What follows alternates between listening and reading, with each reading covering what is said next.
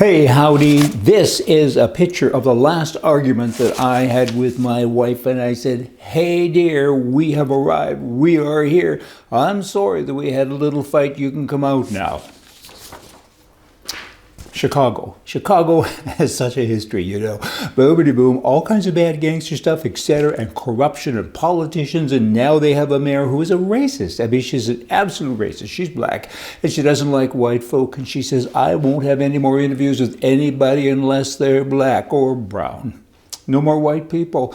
Are you kidding me? That's what she says. I mean, that's illegal. That's immoral. Can you imagine if a mayor stood up in front of God and everybody and said, a white mayor, I'm only having interviews with white people from now on, no black people. Wow, you would have an eruption. You would have riots and shootings and deaths and mayhem. And here you got this woman, well, she's a nut. She's a total nut.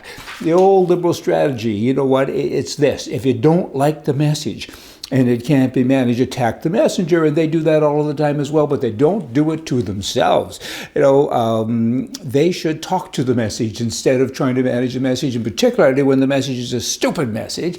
We don't interview white people, or be interviewed by white people, rather. Good bloody grief. In New York, you have the Attorney General there. She's also black. Her name is Ms. James, and she's recently issued another stupid statement to Fox News, and she confirmed a change in its investigation of the Trump organization. She hates President Trump, right? The big thing now is we better work harder. We worked hard to get him out of office. We told all kinds of lies and stories, but now we have to work even harder.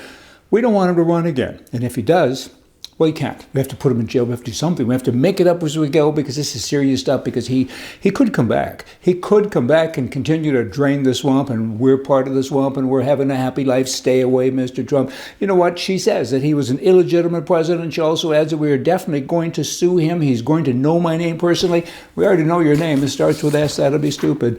Bad stuff. I mean, firstly, keep it to yourself. Don't talk all this propaganda stuff. If you have a fact, deal with the fact. Like, you're the Attorney General. Charge somebody. Take them to court. The public shouldn't hear about it until the court is over, really, but certainly not until you're in court.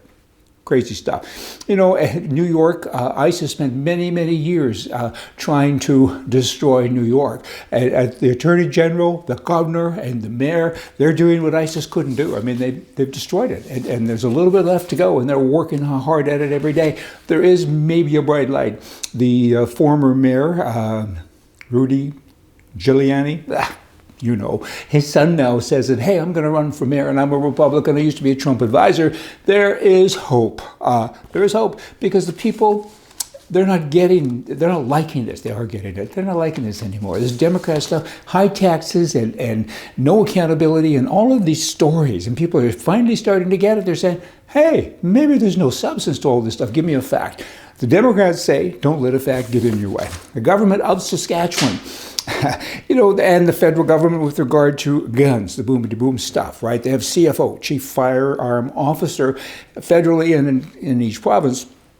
Province of Saskatchewan recently appointed one of their own people to be the CFO. And while he's governed by federal law, he does have a lot of power, and everyone is very anxious to see what he does. And you know, he's excited about his job, and you know, we'll see what happens.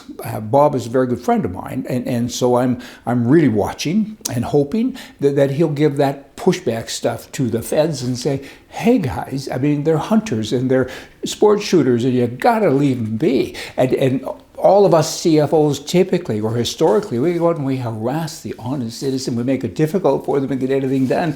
So, Bob, I hope that you do different than that. And I have every confidence that you will, because you're a reasonable guy. I'm looking forward to it.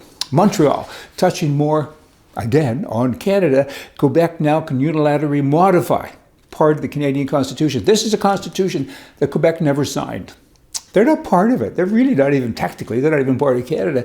And the Prime Minister of Canada says, I bless it. I give you my blessing now.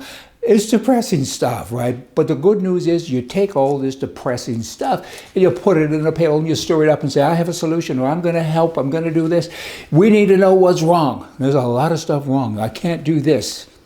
this being a 5-minute show to tell you what's wrong. We would need 5 days, right? I mean, it's awful what these people are doing to the country of Canada. And now you have a province that says, we're going to change the legislation, or pardon me, we're going to change the constitution. And we're a nation with just one language, French. All you other guys aren't nations. We take your money. The whole thing is so bizarre, you just can't even make it up.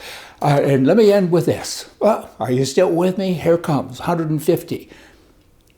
Americans drink. That's not right. What am I saying here? Just a minute. Americans drink 400 cups of coffee. I'll get it.